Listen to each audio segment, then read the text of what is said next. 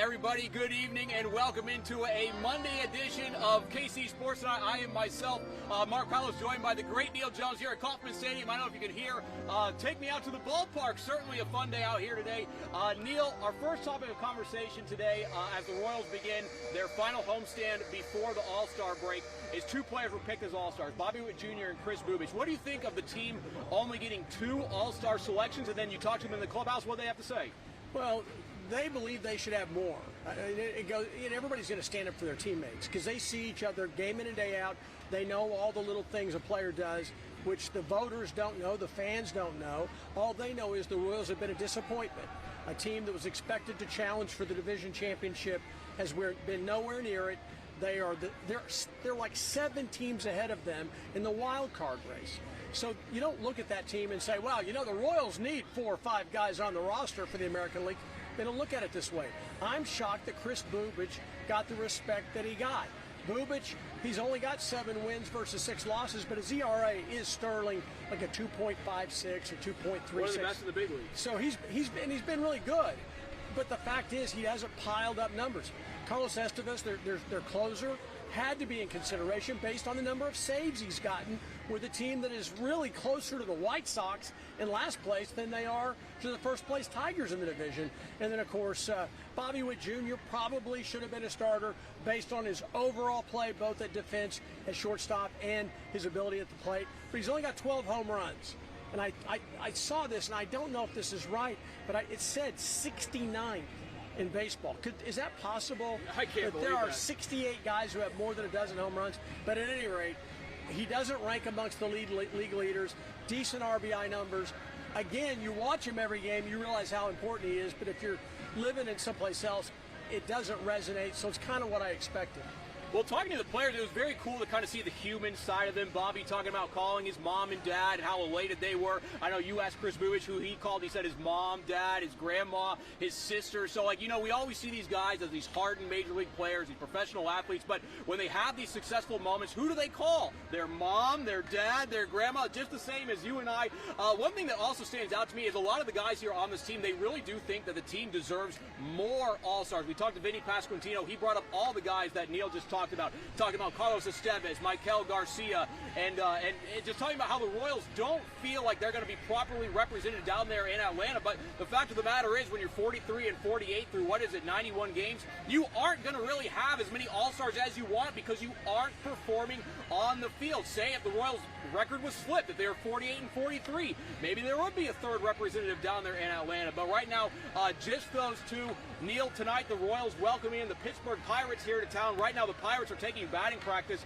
I was really surprised by the size of O'Neal Cruz, their star center fielder. I know some fans are upset that they're not going to see Paul Skeens this week. He pitched yesterday for the Pirates. What are your initial impressions? And the reason that he pitched yesterday, he's the best pitcher in baseball, arguably. The reason they moved him up, the Pirates aren't going to win unless they win about 20 games in a row. They're not going to win the division, and the Pirates and the people in the National League want him available to start the All-Star game. They think it's important for him, it's important for the league, it's important for Major League Baseball to have the biggest stars on the biggest stage other than the World Series, and so they moved him up because they don't need him against the Royals because the Royals aren't any good anyway, right, in their minds.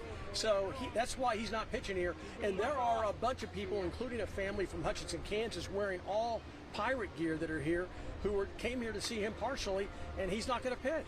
No, I have some friends here in town that bought tickets just for today's game to see Paul Skeens pitch. But the good news is, although he is not pitching, the Royals don't have to face him. So the Royals are going to be facing someone who is not one of the best pitchers in baseball. Good news for a Royals offense that has been struggling as of late. Now, the other big topic of conversation out here was, will the Royals be buyers or sellers at the trade deadline? The general manager, J.J. Picollo, he met with the media as he normally does on the opening day of a homestand today. He was peppered with probably about 10, 12 questions about how the Royals are going to handle the trade deadline. Will they be buyers or will they be sellers? Neal, it's kind of interesting to me to hear JJ talk about how they're still all in on this group, and it's kind of how the market is kind of going to maybe dictate how things are going. The market hasn't moved. What were your kind of thoughts on some of his comments? Well, one, he's an honest guy.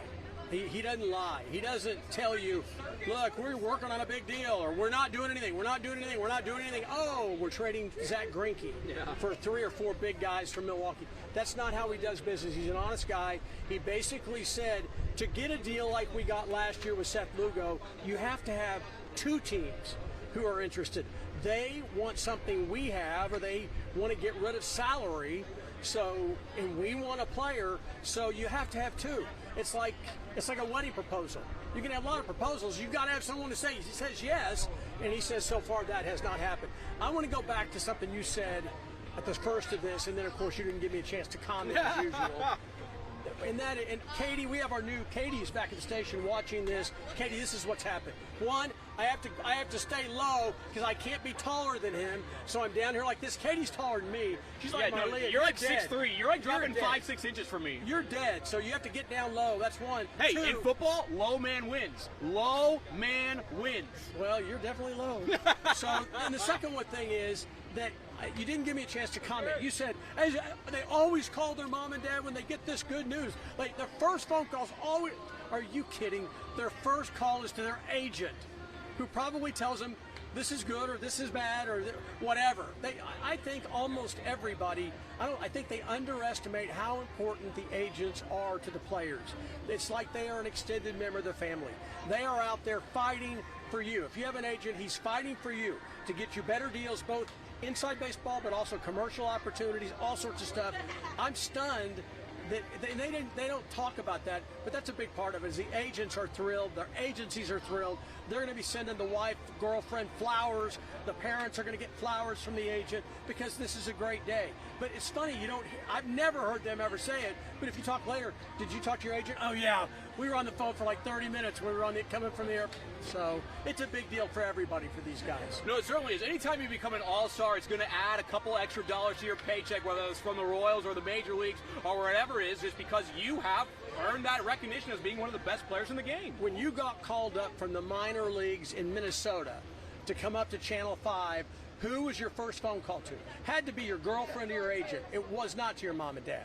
No, it was to my girlfriend, who has now become my wife, and yes, you are right. But it was very cool to hear them talk about calling the family and all that kind of stuff. I know Noah Cameron's starting tonight. There was a couple of weeks ago, he was starting here on Father's Day. His dad was right here where we are standing, shaking hands, talking to people. It's very cool just to see these guys just be regular human beings, because we see them larger than life, but at the end of the day, they put on socks, shoes, they walk around every day just like the rest of us. Except they have multi-million dollars in their wallet. They're absolutely like us, except for the fact that they're all millionaires. Yeah, except I always think about that, because sometimes we're in there, I'm like, Bobby Wood's making like $30 million a year, and like we're kind of in here like, what are we doing? What you don't want to do is, I had a newspaper, I'll just say it was Jason Whitlock, formerly of the Kansas City Star, said, Neal, you understand that, I don't remember who came in, he's making $100,000 per start. He's a pitcher. $100,000 per start.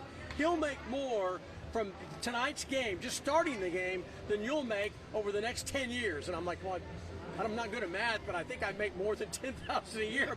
But I get your point. I mean, they live a different life than us. No, they certainly do. And speaking of that, I think it was this John Morant in the NBA that he's going to be making nearly $1 million a game in an 82-game season. So, yeah, the money that's been coming in these sports really is astronomical. But to be fair, he does bring his own firearms, which I think is important to remember. He's a great player who also is very entertaining with a criminal record.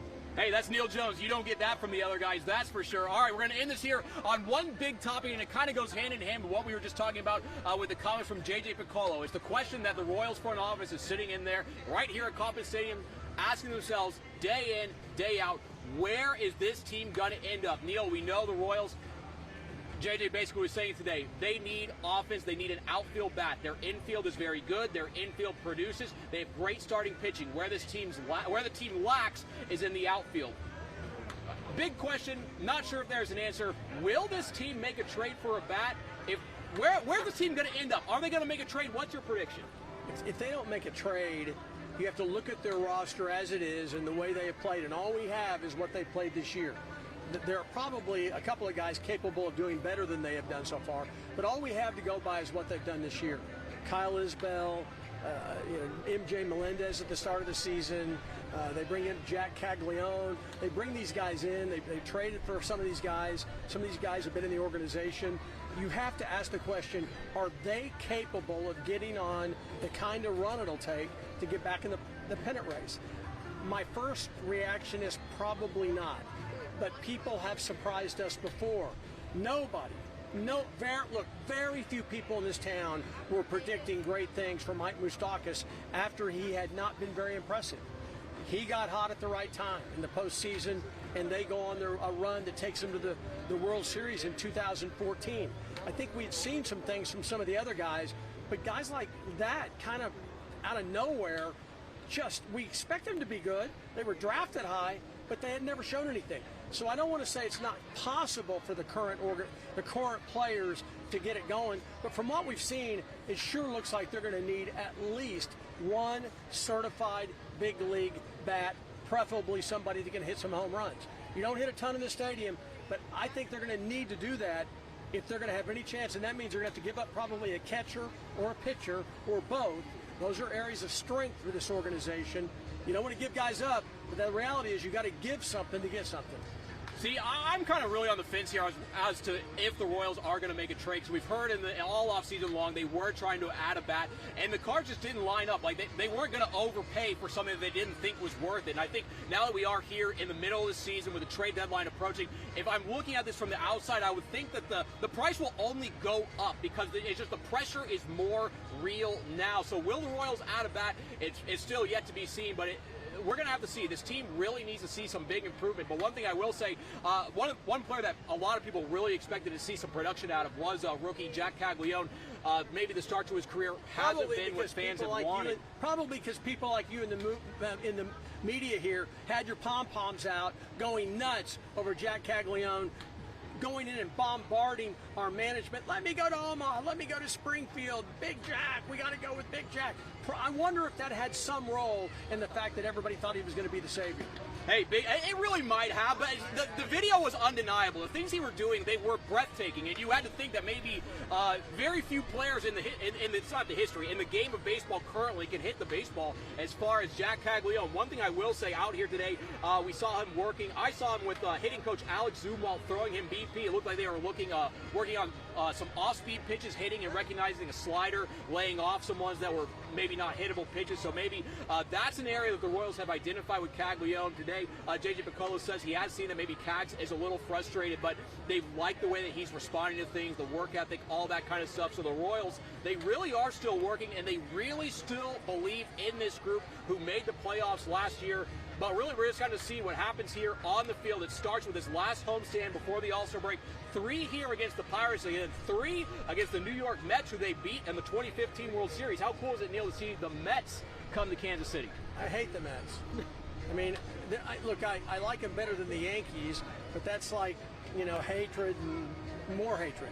Like, you got the worst evil character from any television show or movie, and then you have one guy worse than him. This is what it is. It's awful, but it'll be fun to come out and root against the Mets. They're awfully good this year. They are good, and they're seeing them at a tough time. I want to leave this, though, with a positive note. I think that our 6 o'clock sports will be very interesting. It is true that Mark's anchoring, which, Marlia's not here, so Mark's doing Things are dicey. So we don't know what's going to happen. He may break into tears talking about Caglione. We might get kicked out of the stadium. But we do have you have a very interesting interview you did with JJ Picollo talking about these very issues, about whether to buy or sell and what goes into that. And then I'll be actually talking with Chris Bubich, who is the shocker of all, that people around baseball realize how special his story is, coming back from the arm injury, coming out of nowhere. But more than that, he's really produced this year. We'll hear who he called and how exciting it was around his house when he got the news that he was going to be in the All-Star game. Yeah, certainly very exciting tonight. Noah Cameron on the mound. And one more positive note to finish off on. I know a lot of Royals fans maybe think that the team is not in high spirits or that the team looks like they're not having as much fun. Today in the clubhouse and today out here on the field, this was a team. They were joking around. They were having fun. They don't look like they're, they look like a good, jovial group. And I think tonight here against the Pirates, that'll be good. They were making fun of you and me. Yeah. It's what they were doing. Yeah, they were having fun. They were going, look at these guys. They're dressed like twins. Are you guys twins? Or is that a grandfather with his grandson? It was hilarious. I loved it. I'm glad that you thought that was good hijinks for the team. But also tonight, very special hot dog race, right? Yeah, and some guys doing the first pitch. 3 rookies from Sporting KC.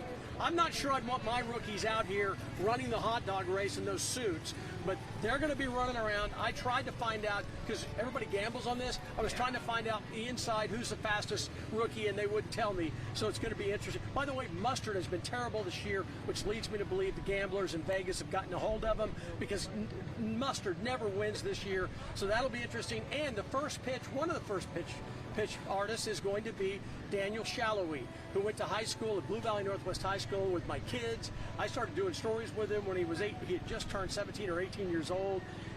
He was talking about, it's just, America's so strange, and I'm getting used to it. It's really neat. It's like being in a movie. But now, is there anything more American than coming out the first pitch at a big league ball And game? then his rookies are running in the hot dog race. I don't think they were doing that in Hungary, but that's all we have here on KC Sports Tonight. As Neal said, coming up at 6, we're going to have 2 live hits coming up from Kauffman Stadium, but that's all we have here on this Monday edition of KC Sports Tonight. Have a good one, guys.